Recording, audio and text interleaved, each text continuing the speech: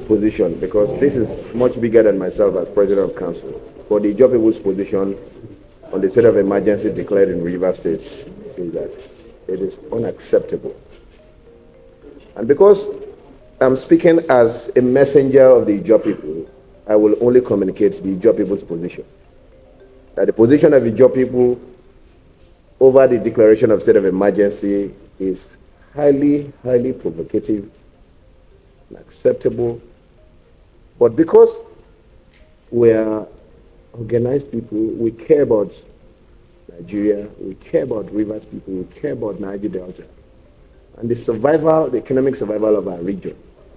Because the wrong action has been done already, we're not just lamenting about the wrong that has been done, the injustice done to the Ijaw people.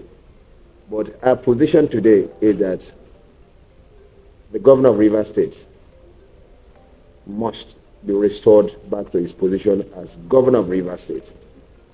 Because Rivers people didn't vote for Fubara to carve out 6 months of his tenure. Wasted, Rivers money wasted. Nobody anticipates that. While we have no war with either our brothers in Ikwere or any other ethnic nationality, or the president and commander-in-chief of our country, the Ijaw people have shown that love and loyalty to him. But as far as the action that precipitated the suspension and termination of Fubara's tenure abruptly is unacceptable. And it is our continuous demand that when people commit wrong, it takes leadership to realize that we've done an error, and therefore we correct our own mistake. And in that correction, we're demanding that Fubara be restored into his office within 3 months. We cannot wait for a 6-month declaration. Remember, the administrator that is appointed in Rivers State is given a full mandate with no assembly to appropriate the budget in Rivers State, yet Rivers money is released to him. So if, as Nigeria, as we know political leaders do, if they choose to waste the whole money, Rivers State government will be starting from ground zero when Fubara comes back. We cannot accept that. Also, we have intelligence that there's a plot to sack the chief judge before even the expiration of this state of emergency, as a prelude for further impeachment attempts or plots when this 6 months or 3-month suspension is over. It's unacceptable. The governor, the sole administrator, should confine himself to only payment of civil servants and mere recurrent expenditure, and not the money in Rivers State for politics. It will be unacceptable. We are vigilant, watching the events as they unfold in Rivers State. Thank you. President, so what's the fallout of this? What will be the fallout of this meeting today? First, what is the reason for this gathering? What will be the fallout? You know, the Ijaw nation and the Niger Delta is sitting on a gunpowder. Remember, in 2016, there was a federal government assault on the Ijaw people, especially in Baramatu land. The strategy used, everybody went under. Without threats, without ultimatums, federal government came back realizing that it was an error and came begging. And of course, as a Ijaw people, we did everything possible to make sure peace returned back to our land and our dignity was restored. This is also a similar threat and assault to our survival as a people.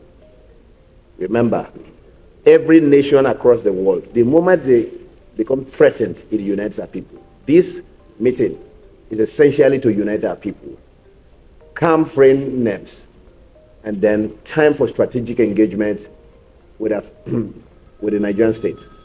We're also aware that a committee to look into this issue is expected to be announced shortly by the federal government. Of course, there's no way these committees will be set up by only politicians who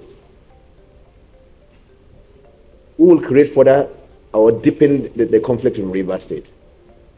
My position ever since has always been strategic engagement and dialogue. But now that the moment had gone beyond the threshold of just dialogue, we are appealing that genuine commitment be made by the federal government under the president of our nation to ensure that people involved in this conflict are not allowed to drag the nation and Rivers State along the path of their personal interest. It must be about Rivers State now. And if these efforts are not genuinely in them, there's no way resolution of the core issues which is characterizing this crisis will be resolved. And that's the essence of these efforts the job people are putting together. Thank you. The President, the breakup of the pipeline, a lot of persons are saying that due to the minister's statement that not only Ijaw people know that the false pipeline, and some are alleging that it was Johnson's that was the pipeline. As the IYC president, sir, what is your position?